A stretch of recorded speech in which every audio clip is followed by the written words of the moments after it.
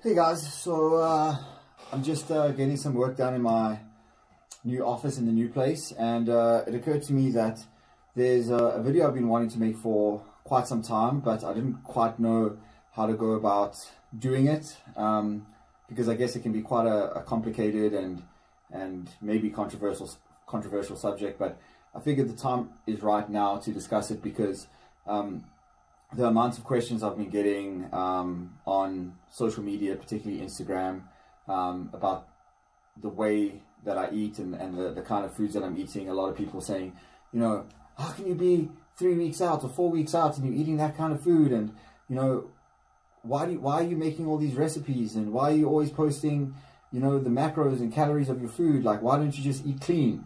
So I wanted to give a little bit of a background in terms of myself and my history in the fitness industry and why I take the approach that I do to nutrition, the flexible dieting approach, that I'm completely aware that a lot of people, particularly in South Africa, are not familiar with. They just don't really understand the concept. But a lot of people that know me now, most people that know me now, that know me like this, as somebody that's kind of consumed with health and fitness and have been since I was, you know, 19, 20 years old. But the reality is that, you know, growing up, that couldn't have been further from the truth. I had no interest in health and fitness. You know, I was more about the music and about the arts and, you know, playing guitar and playing in my band. And even though I never really considered myself unhealthy, by the time I finished school, I was well over 105 kilograms. I think, if I remember correctly, I think my heaviest was, I was about 110. Standing at like 178 centimeters, that's pretty damn hefty. What up?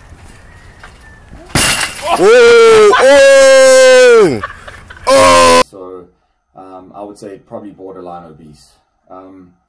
And when I finished school, I don't think that I was cognizant of the fact that I was so severely overweight. But two things happened to really kind of shock me out of it and make me realize that I needed to do something. And the first one was a rather unpleasant experience whereby at a high school party we were all swimming, and I took off my shirt and some random girl made disparaging comments about my physique. But that kind of, you know, shocked me out of it and made me start thinking about, hey, you know, maybe I'm not so healthy, maybe I am a little bit heavy. But the reality is that I didn't know what to do about it, so I didn't take any action. Then soon after finishing school and matriculating, I think literally the very next day after the last day of school, my cousin, who I was very close to, was more like a brother, came to me and basically said, listen, Matt, I want to start taking you to gym. I'm doing this program. The program turned out to be the Body for Life 12-week program by Bill Phillips. And, you know, I really think you need to do this. You need to stick to it. You know, he was obviously nice about it, but essentially what he was saying is, you're really out of shape, you're unhealthy, you need to change your lifestyle. At the time, coincidentally, I was going through a little bit of a rough patch emotionally because of some personal stuff that was going on with my family and so on. So my mentality generally, I know a lot of people will kind of in those times shy away from new challenges, but I kind of looked at it, okay, well, I don't have anything better to do. I'm on holiday for the next, you know, 2.5 months, and I probably actually need something to kind of focus on and take my attention away from it, from all the drama that was happening. So I did it. I started going to gym with him. Obviously I didn't know what I was doing, but I was following the program. That was really the first time that I kind of learned about portion control and realized how much I was overeating in terms of, you know, kind of having, even if I was having a relatively healthy, lower calorie meal, I would always have second, third, fourth servings, you know. So that worked for me. It worked for me, I think, emotionally, in the sense that it gave me like a really good focus and an outlet for kind of all the negative feelings that I had at the time about what was going on in my life, and it worked in terms of my body. I think after the 3 months, after the 12 weeks, I'd probably lost about 10 kilograms. I can't remember my exact progress, but I can remember quite clearly getting down to about, from, you know, between 105 to 110, getting down to like 85 to 87 kilograms. At that point, I was obviously at university, and what would happen is I'd kind of oscillate back and forth between regaining, you know, 6 or 7 kilograms and then losing it again. And because it's your first year of university, you're out partying. Oh man, Moots! Drinking. That stage, I didn't really understand the connection between, you know, alcohol and fat gain. I didn't know really that alcohol had calories in it. I didn't know how to account for that. I didn't really know how to track food or macros. So, you know, I was enjoying myself partying, but I was still cognizant of kind of not getting back to where I was. Once I finished university, I kind of stayed at the same level for a long time, but had really, over those 3 years, gained a huge focus and interest in health, nutrition, and training, more so than what I originally set out to study, which was psychology, mainly focusing on criminal psychology and criminal profiling. So once I finished my undergraduate degree, I applied for my honors in psychology, which was going to be based on criminal psychology, and ended up being based on sports psychology. To assist in paying for this qualification, I started working as a personal trainer. During the one holiday that I had, I registered with the International Sports Science Association, got qualified as a personal trainer, started working at a gym, training people to earn some extra income to help me pay for my my postgrad degree. And one of my clients so happened to own a health and nutrition store in a big mall in Joburg. So she asked me to essentially come over to the store and work part-time as kind of like a nutrition consultant, helping people with diets and supplement recommendations and so on, which I did. And within really, I guess, a couple of weeks, maybe a couple of months, I kind of realized the potential of the store and how well it could do, and decided, okay, I'm going to do everything I can to actually buy this business and take over this business and grow it to what I know that it can be. So long story short, I did do that. I ended up finishing my postgrad degree in psychology, and registered for my master's degree, but never completed it because I took ownership of this business. And that's when things kind of really took off for me in the health and fitness industry, in the sense that I turned the store more from a kind of holistic health food store into a mix of vitamins, minerals, herbal supplements, foods, and then sports nutrition products.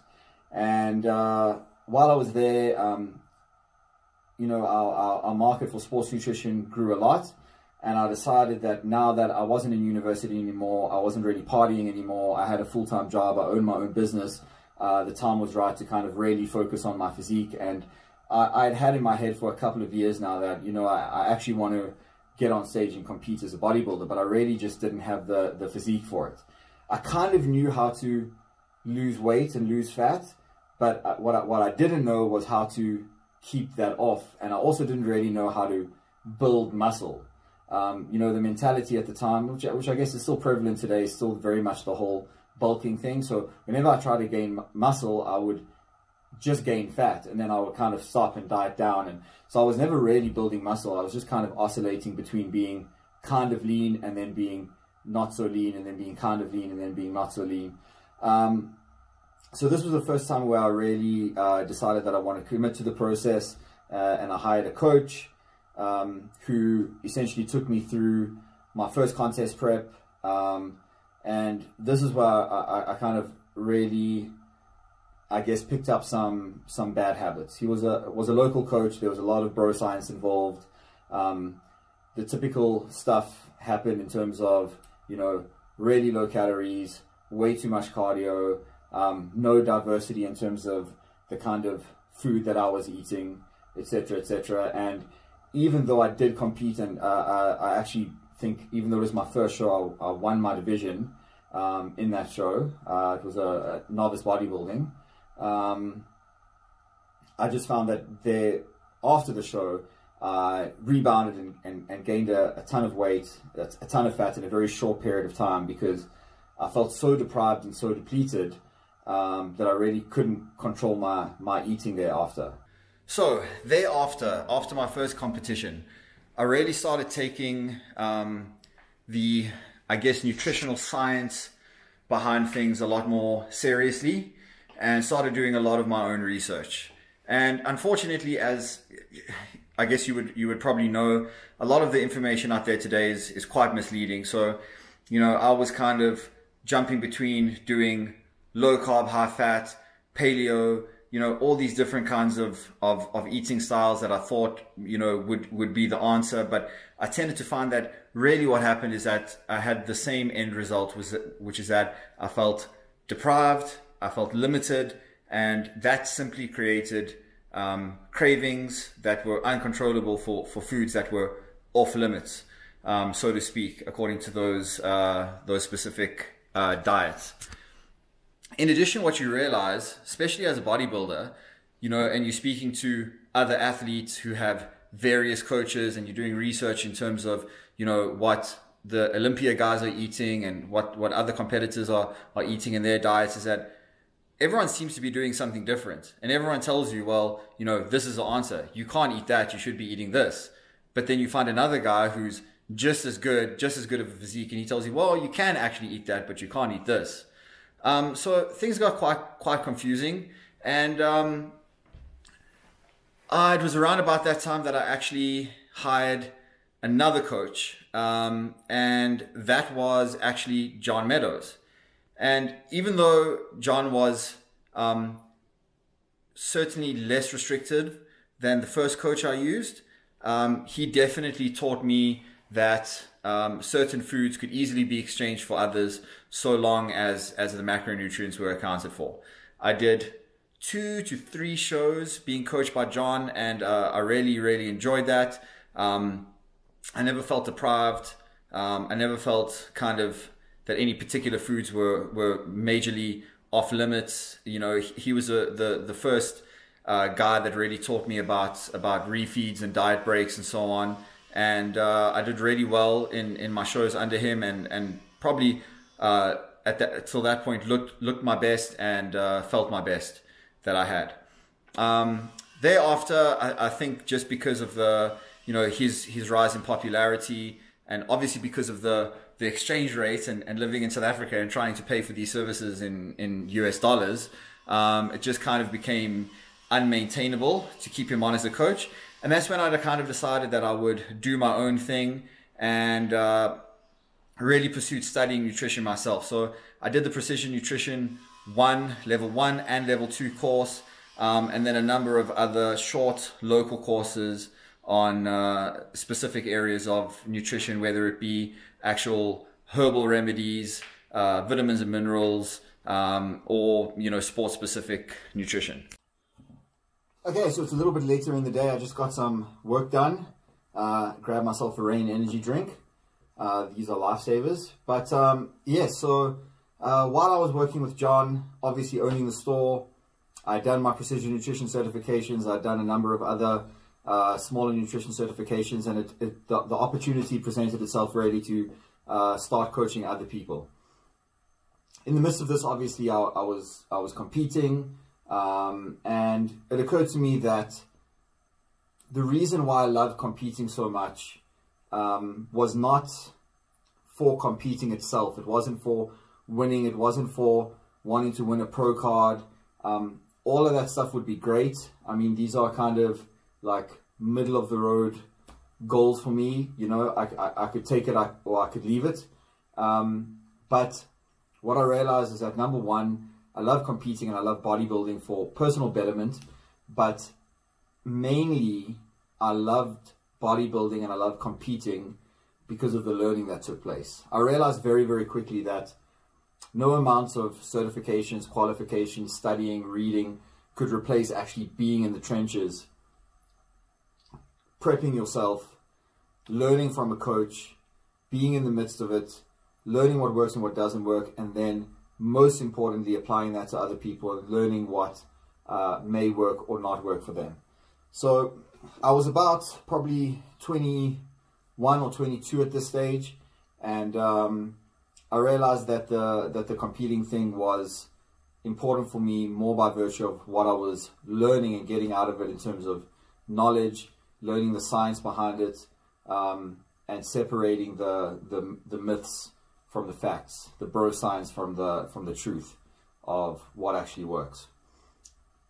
So I guess my first real delve into flexible dieting, or where I kind of started questioning the idea behind only eating certain foods when on prep or when on a fat loss diet, was after I'd worked with John. Like I mentioned, I did about 3 shows with him, but things just became a little bit too expensive. So I hired a gentleman by the name of Ken Skip Hill. Now, I haven't heard much about him in recent times, but at that stage he was still relatively prominent, and he was famous for his skip loads or shit loads, whatever the case is, where basically Monday to Friday, or Sunday to Friday, you're eating a regular bodybuilding typical diet, and then on a Saturday you would have a massive, not just a cheat meal, but a cheat day. Huge amounts of high carb, sugary, high fat foods. So not a typical refeed day where they're still, certain macros to hit, and generally speaking you're consuming more carbs and lower fats, but just basically anything you wanted. The only caveat being, stop eating when you feel satiated. So don't overeat to the point where you feel overly full. Interestingly enough, this pretty much worked for me. I did a comp with him, placed well, looked really good, but the most important thing that I got out of that particular process was realizing, hold on a second, how can these foods be beneficial one day of the week, but any other day of the week, no matter in what amounts you eat them, they're going to make you fat? If they're going to make you fat, they're going to make you fat.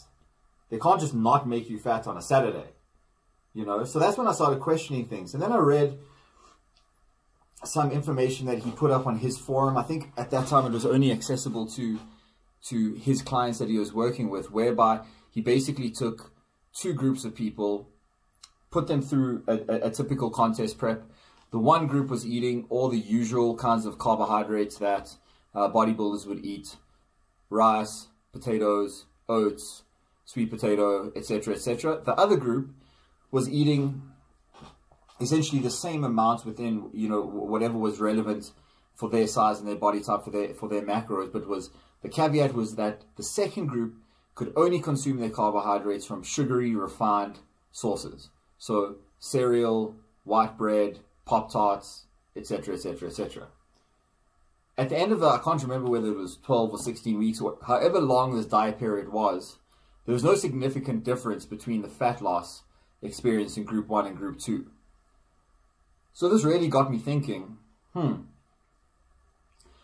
perhaps a lot of the discourse about certain foods being, fat-burning foods, or particularly beneficial for fat loss or weight loss, is actually completely misleading. Maybe it's more about the quantities that we eat. I guess this is the time that I would then introduce my introduction into Layne Norton. I think, obviously, by virtue of researching this kind of stuff, so, are there foods that are beneficial for weight loss? Like, can you eat Pop-Tarts and still lose fat? Invariably, Layne's name was going to come up, and that's where I discovered the concept of IIFYM, or if it fits your macros. So, of course, having been a competitor for a while, having grown up in the industry with, you know, certain dogma surrounding what foods are and are not appropriate. I was skeptical at first, but at the end of the day, like I said, and here's a really important part, because my goal was not to win shows and my goal was not to win a pro card, that opened me up to trying different things. It was more seeking the truth and seeking the knowledge versus being conservative just so that I could win. So I was able to then diet and do contest preps without the fear of, oh, I'm not going to be as good as last time, oh, I'm not going to win just because I'm using a different approach, because my intention was more to just learn different methodologies and what may or may not work better. So I realized very quickly that, you know, particularly in South Africa, there weren't many coaches at that time, even now within South Africa, that are subscribing to this way of thinking. So at this stage, I essentially started prepping myself. The next few shows that I did thereafter were all done by myself, but somewhere in the middle of this, I had kind of a bit of a setback, whereby I was opening some new stores, different locations. I was prepping for a show. I was rushing my training. I wasn't warming up sufficiently. I think I was just very stressed and tense at the time. And while I was doing barbell rows, I herniated one disc and ruptured another disc. That essentially put me out of action for a good year. I was in hospital for quite some time, but I was on bed rest for even longer. The doctors that I saw at that time told me that I wouldn't be able to weight train again. Once I saw a sports specialist physician, he told me that it was complete nonsense. I just had to, you know, avoid certain movements and work around my injury, which I ultimately did. But that layoff then gave me time to further my studies, further my research, and I came out of it very confident in the concept of if it fits your macros or flexible dieting. The way that Lane explains it, obviously I'm not going to go into this now because that would be a separate video into itself, and you know, guys like Paul Ravella and Lane Norton and so on could probably explain it much better than I do. But the way that he explains it, like kind of managing a budget, really spoke to me. And thereafter, as soon as I could start training again, I got straight into a dive for a contest, because I was really motivated to prove my doctors wrong and show them that I could weight train, that I could compete again. And basically did my first full contest prep using flexible dieting. I prepped myself, which isn't the ideal thing, because as I've now fully realized, I can never be impartial with myself as I can be with a client. So decisions that I would make on behalf of a client, I tend to not make those decisions for myself, because I'm being harder on myself and I can't be impartial in terms of how good I may look or how much cardio I need to do or whether I need to have a refeed day. I'll always err on the side of pushing myself harder versus taking the foot off the gas. So anyway, that's another story, but hopefully I'll be able to put some photos on the screen of what I looked like on the first show where I prepped myself and used purely a flexible dieting approach. All right then, so the last bit of the story continues. So after I injured my back, I was out of action for quite some time, and in addition to that, I basically had to close down my stores, lost my businesses, and obviously the focus then was not on bodybuilding, it was not on competing, it was getting back on track career-wise, financially, etc., etc. Fast forward to a couple of years later, and I essentially started competing again in 2019, which was 2 years ago. So again, I prepped myself for that show using a flexible dieting approach. I did it quite nicely. Again, won my division. It was the first time that I did classic physique. First time that I did the NPC. It was obviously, I think, the second year that the NPC were in South Africa. So really happy with that. But it kind of reignited my love and my passion for bodybuilding, for competing, for nutrition, and decided after obviously taking 2020 off because of COVID restrictions and the lockdown and etc., to get back into it this year, do as many shows as I can, and now obviously because we are in a much stronger position career-wise and so on, I decided, you know what, I'm not going to prep myself anymore. Again, I just don't feel like I have the objective viewpoint of myself that is required to coach somebody. So Fats and I decided to hire Mr. Paul Rivella, who I've been following for many years now, and have applied to work with many times and have been turned down, and this time we got lucky. He accepted us into his program, and yeah, it's basically been we've been with him since November 2020, and I can honestly say that it's been a huge relief and just a huge benefit to finally have a coach who I know his ideals and thoughts and discourse about nutrition is perfectly, his thoughts and ideology about nutrition are perfectly in sync with mine. So you can go through the process just trusting exactly what's happening, and there's no issues in terms of distrust or questioning the methodologies or the way about the way of doing things. And again, I'm in a position now where because of my reignited love and interest in bodybuilding, nutrition, and competing, and interacting with so many other competitors, so many other athletes, and so many other just average gym goers who are dieting, trying to improve their physiques, trying to improve their health, and so on. It's really impacted me over the last few months, even the last year, I would say, about how the athletes and gym goers in South Africa particularly lack the basic understanding of physiology and the basic understanding of energy balance and macronutrient tracking. And I just see so many guys making the same mistakes that I did,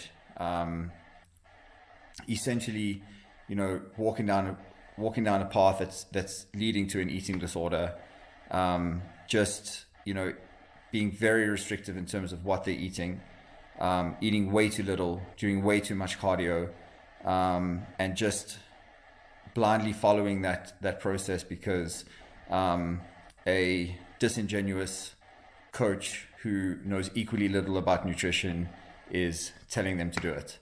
And this is now my I would say 16th year in the gym training, and probably my I don't know, 6th, 7th year since I first competed.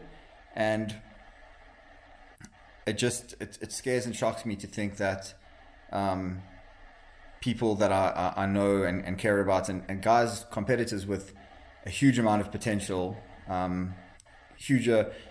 much better genetic potential than I have, are walking down a road where they're never going to achieve that because they're just making the wrong decisions as far as the nutrition is concerned. So it's motivated me to kind of spread the word of flexible dieting, despite the fact that I'm obviously still holding down a full-time job, still training, competing, dieting myself. This is why I'm trying to put so much effort into the content that I'm putting out onto social media, onto Instagram, onto YouTube, recipes, full days of eating. So hopefully, even if just one or two of these people see what I'm doing and can see the light and can see that you can eat food that you enjoy, that you don't have to be doing 3 hours of cardio a day in order to get on stage, at the end of the day, that'll be worth it. It would be wonderful to get back into a position where I can be helping and coaching people again. But yes, anything I can do to just kind of spread the word and spread science-based information that allows people to get into the shape that they want to get into.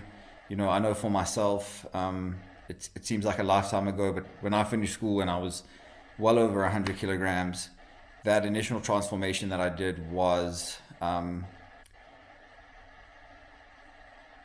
massive difference physically, but it created a much bigger difference mentally.